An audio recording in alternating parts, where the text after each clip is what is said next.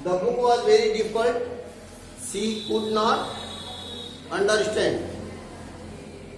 अब इस सेंटेंस को ध्यान से देखिए। The book was very difficult,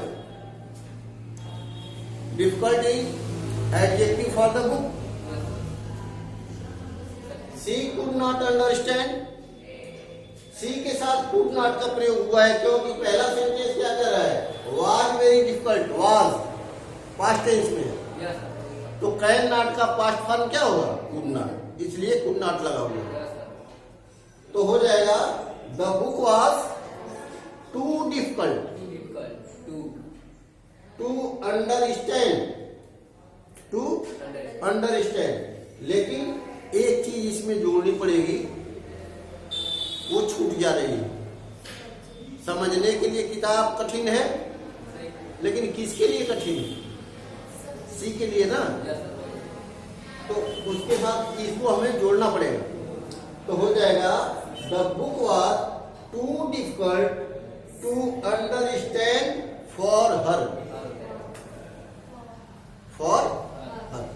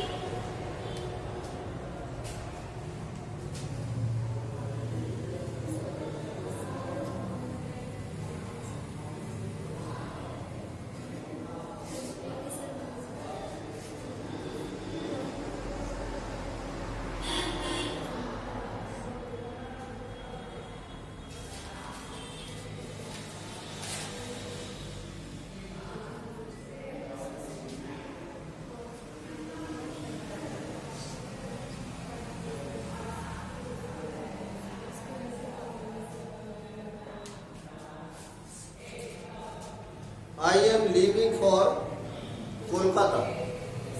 दूसरा सेंटेंस है आई शैल लीव देयर, मैं कलकत्ता के लिए जा रहा हूं या मैं कलकत्ता जा रहा हूं। आई शैल लीव देयर, मैं वहां रहूंगा। तो मैं कलकत्ता जा रहा हूं क्या करने के लिए, रहने के लिए। तो नॉन एनी जो आता है उसको हम इंफिनिटिव बना देते हैं। तो हो जाएगा I am leaving for Kolkata, to leave there.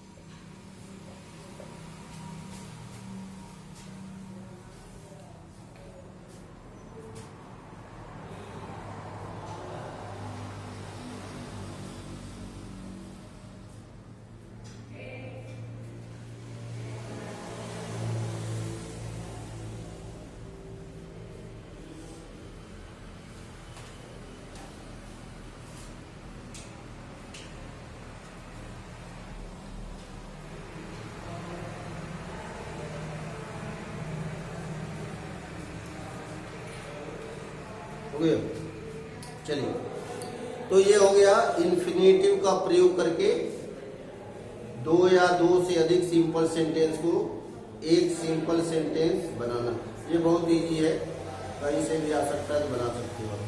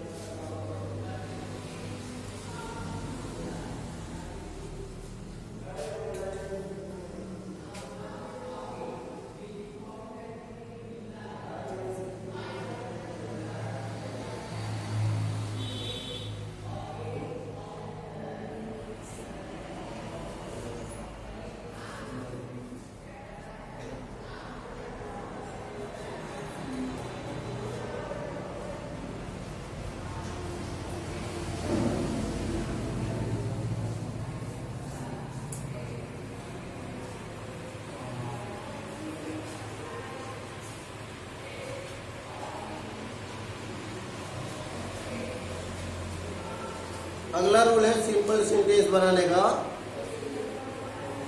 Nominative absolute का प्रयोग करके। नॉमिनेटिव एब्सोल्यूट का प्रयोग करके।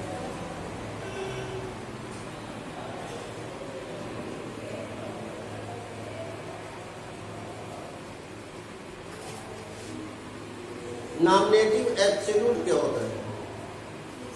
एब्सोल्यूट का मतलब होता है, नॉमिनेटिव एब्सोल्यूट का मतलब होता है, अभी तक क्या था कि हम देखते थे कि हर सेंटेंस का सब्जेक्ट एक हो तो उसको हम कॉमन कर देते हैं और सेंटेंस को जोड़ देते हैं। लेकिन अगर कोई ऐसे दो सेंटेंस आ गए जिसमें सब्जेक्ट जो है अलग हो, सब्जेक्ट जो है अलग, दोनों के सब्जेक्ट अलग अलग है, लेकिन उसका कोई भी प्रभाव उस कार्य पे नहीं पड़ता है, जो कार्य हो रहा है सेंटेंस, जो सेंटेंस में कार्य हो रहा है उसका सब्जेक्ट पे कोई प्रभाव नहीं पड़ता है, उससे उसका कोई देना देना नहीं। तो ऐसे सेंटेंसेस को बनाने के लिए हम नॉमिनेटिव एब्सोल्यूट का प्रयोग करते हैं। तो जो सब्जेक्ट होता है उसको तो हम ज्यों का त्यों छोड़ देते हैं, उसके बाद कामा लगा देते हैं और हैविंग लगा के बाकी पार्ट को जोड़ देते हैं। हैविंग लगा के शेष पार्ट को उसके साथ जोड़ दिया जाता है और दोनों सेंटेंसेस को एक कर दिया। For example,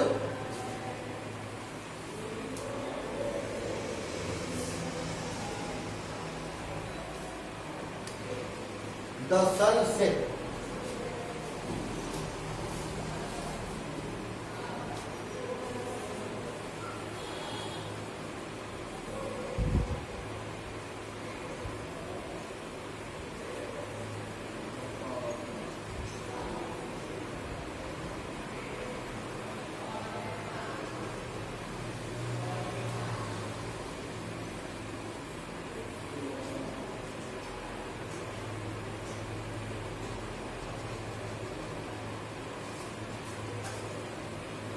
The sun set, the stars came up in the sky. अब आप देखो, the sun set, the stars came up in the sky, इसका कोई संबंध इससे पढ़ दिख रहा है? कोई संबंध नहीं। सूरज डूबता है, तारे आकाश में आते हैं, कोई इनका आपस में संबंध नहीं, यानी क्रिया पर उसका कोई प्रभाव नहीं पड़ रहा है। तो ऐसे सेंटेंसेस में हम इस सब्जेक्ट को ज्यों का त्यों रहने देते हैं और उसके बाद हैविंग लगा के बाकी जो है वर्ड को जोड़ के दूसरा सेंटेंस कंटिन्यू जो है जोड़ देते हैं। तो क्या हो जाएगा? The sun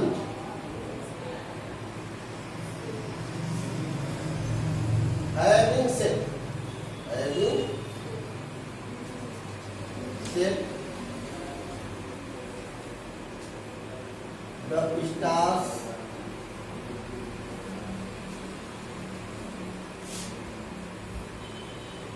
came up in the sky.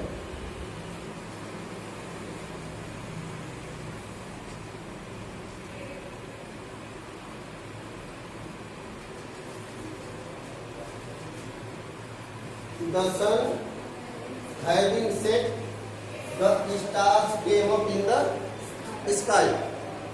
अब इसमें देखिए, हैविंग सेट जब हो गया तो ये क्रिया खत्म हो गई, ये क्रिया जो है खत्म हो गई और ये पूरा सेंटेंस अब द स्टार एक सब्जेक्ट रह गया, एक जो है वर्ब बना गया, यानी सेंटेंस एक रह गया, एक सिंपल सेंटेंस बन गया।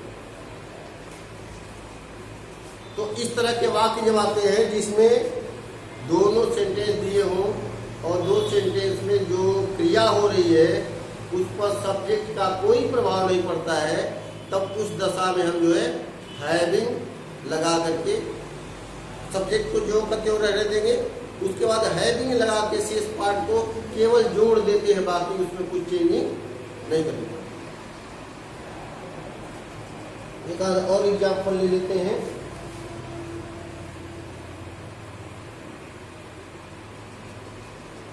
The police arrive.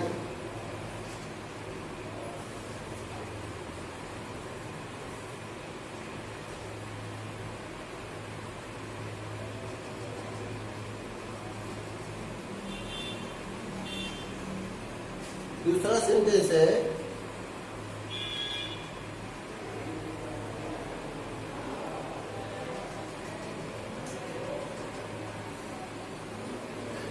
The dacoits run away.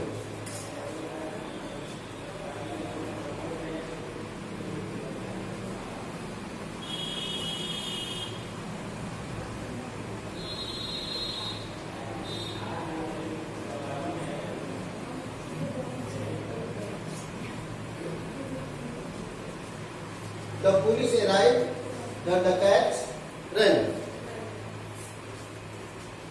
इसमें भी वही चीज है, इसका कोई प्रभाव इस पे नहीं पड़ रहा है। तो द पुलिस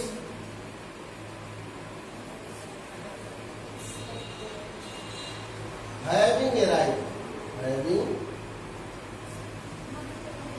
अराइव्ड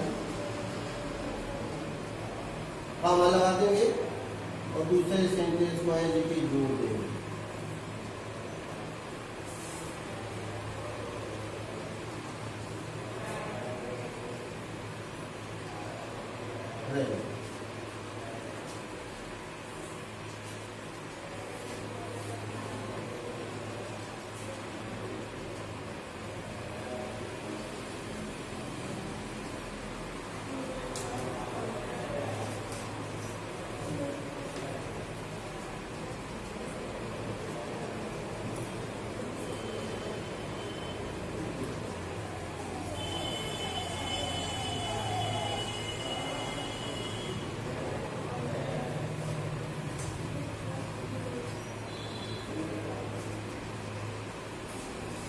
अब इसमें एक चीज का ध्यान देना पड़ता है। ये सेंटेंस जो है एक्टिव वॉइस में है। अगर एक्टिव वॉइस में ही सेंटेंस हो लेकिन उसमें is am are was were का प्रयोग हो, is am are was were का प्रयोग है,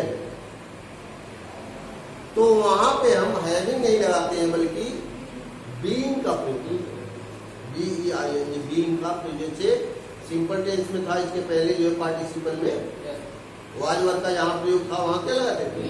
बीइंग। उसी तरह से यहाँ भी जो है हम बीइंग का प्रयोग करेंगे। फर्क केवल रहेगा इसमें सब्जेक्ट को रखते हैं ज्यों का त्यों, सब्जेक्ट को ज्यों का त्यों रखते हैं और पार्टिसिपल वाले में सब्जेक्ट को नहीं रखते हैं। चलिए इसका एक एग्जाम्पल ले लेते हैं। The teacher was absent.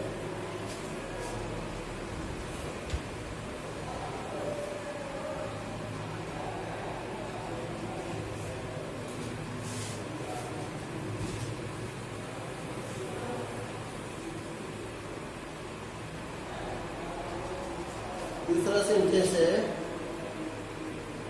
The boys did not work.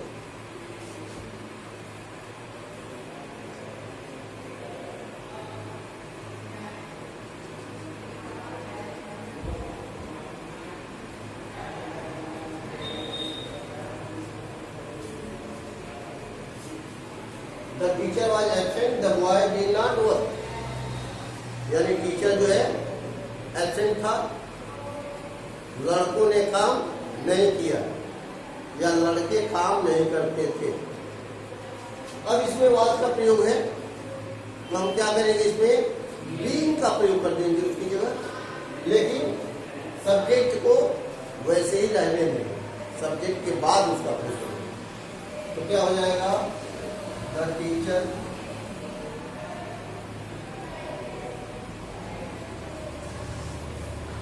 Being absent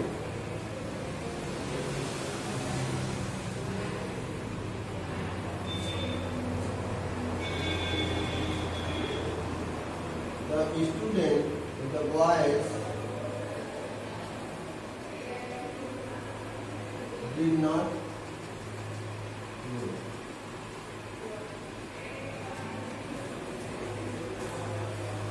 जगह इसमें कंफ्यूजन होता है, ये भी जरूरी।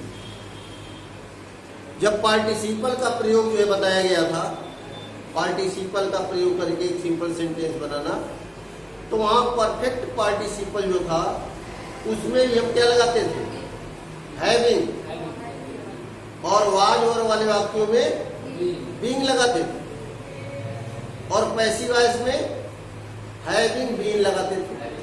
सेम यही सारी चीजें यहां भी लग रही हैं। अंतर क्या है, दोनों में एक ही चीज है, अंतर सिर्फ इतना है कि सब्जेक्ट का कार्य के ऊपर कोई प्रभाव नहीं पड़ रहा है, और इसमें सब्जेक्ट को ज्यों का त्यों रहने देते हैं, उसके बाद हैविंग या बीइंग या हैविंग भी लगाते हैं। तो ये कंफ्यूजन जो है दूर कर लेना, क्योंकि इसमें भी वही सारी हैविंग और हैविंग बीइंग का ही प्रयोग हो रहा है, बीइंग का ही प्रयोग हो रहा है। फर्क इतना है, उसमें क्या था, वो कहाँ यूज करते थे, जब एक कार्य पूर्ण रूप से समाप्त हो जाए, उसके बाद दूसरा कार्य शुरू हो, तब हम वहां जो है हैविंग बीइंग और हैविंग बीइंग का प्रयोग करते हैं। यहाँ कार्य का कोई प्रभाव ही नहीं पड़ रहा है किसी के, दोनों स्वतंत्र हैं, दोनों के सब्जेक्ट भी अलग अलग हैं। तो जहाँ ऐसी स्थिति हो वहां हम जो है सब्जेक्ट, उसके बाद हैविंग और हैविंग बीइंग या बीइंग का प्रयोग करते हैं। अब ये वाक्य अगर पैसिव वॉइस का है तो बस वही काम हमें करना है, हैविंग बीइंग का प्रयोग करना है, सब्जेक्ट को ज्यों का त्यों रहने दें। चलिए एक एग्जाम्पल उसका ले लीजिए। The captain was killed,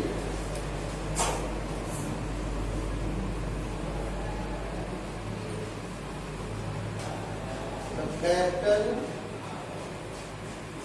was killed,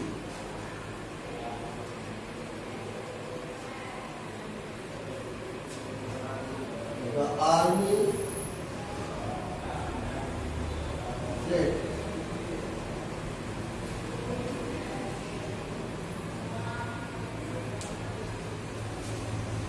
the captain was killed, the army fled। अब इसको कैसे हम पहचानेंगे कि ये जो पैसिव है, क्योंकि बाई हुई इसमें लगा नहीं, पैसिव वॉइस में क्या लगता है, जैसे दिया तो captain was killed by someone, उसका नाम दिया होता, लेकिन कुछ दिया बाय नहीं दिया है, लेकिन जो कॉमन पहचान है पैसिव वॉइस की क्या है, पास्ट टेंस का अगर वाक्य है तो उसमें वाज प्लस V3 का प्रयोग होता है, वाज प्लस V3 का प्रयोग होता है, इसमें वाज प्लस V3 का प्रयोग है, इसलिए ये वाक्य पैसिव वॉइस है। भले इसमें जो है तुम्हारा सब्जेक्ट नहीं दिया है, बाई लगा के सब्जेक्ट जाता है ना, चेंज होकर, वो नहीं दिया है, लेकिन उससे कोई फर्क नहीं पड़ता है। अगर इस तरह का वाक्य है तो वो भी पैसिव वॉइस ही होगा। ये क्लियर कर लेना, कुछ पैसिव वॉइस ऐसे आ जाते हैं जिसमें बाई नहीं दिया है, बाई नहीं दिया तो उसको ये ना समझ लेना तो पैसिव नहीं है। अगर वाज वर्ब और थर्ड फॉर्म का यूज है तो डेफिनेटली वो पैसिव वॉइस है। अब चलिए इसको बनाते हैं, तो हो जाएगा the captain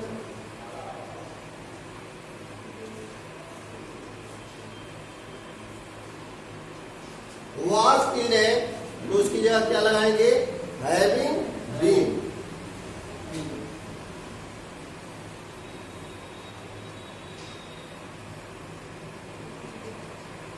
having been killed,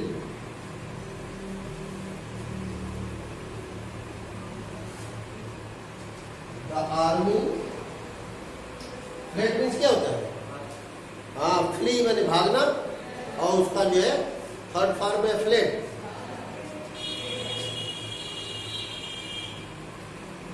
fled.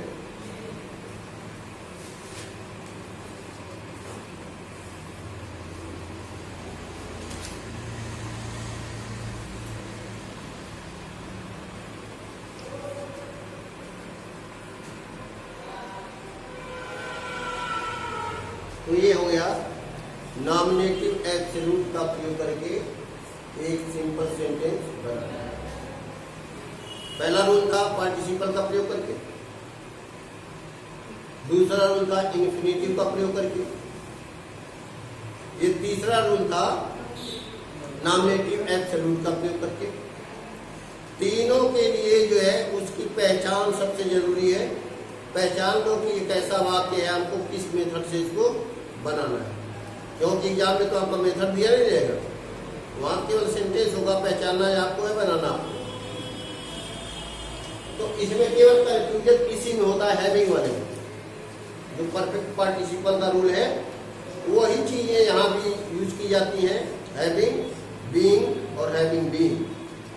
लेकिन अंतर यही होता है, इसमें जो है कर्ता का कोई प्रभाव क्रिया के ऊपर नहीं पड़ता है ऐसे, और दोनों सेंटेंस के कर्ता जो अलग अलग होते हैं, दोनों सेंटेंस के कर्ता अलग अलग होते। अब तक क्या था कि जब दोनों सेंटेंस के कर्ता एक ही हो तब हम पार्टिसिपल का प्रयोग करके बनाते थे। उसमें भी वही था, इन्फिनिटिव में भी, लेकिन इसमें कर्ता अलग अलग है, तो कर्ता को रहने देंगे, उसके बाद हैविंग और बीइंग या हैविंग बीइंग का प्रयोग करके बाकी सेंटेंस को जो करते जो।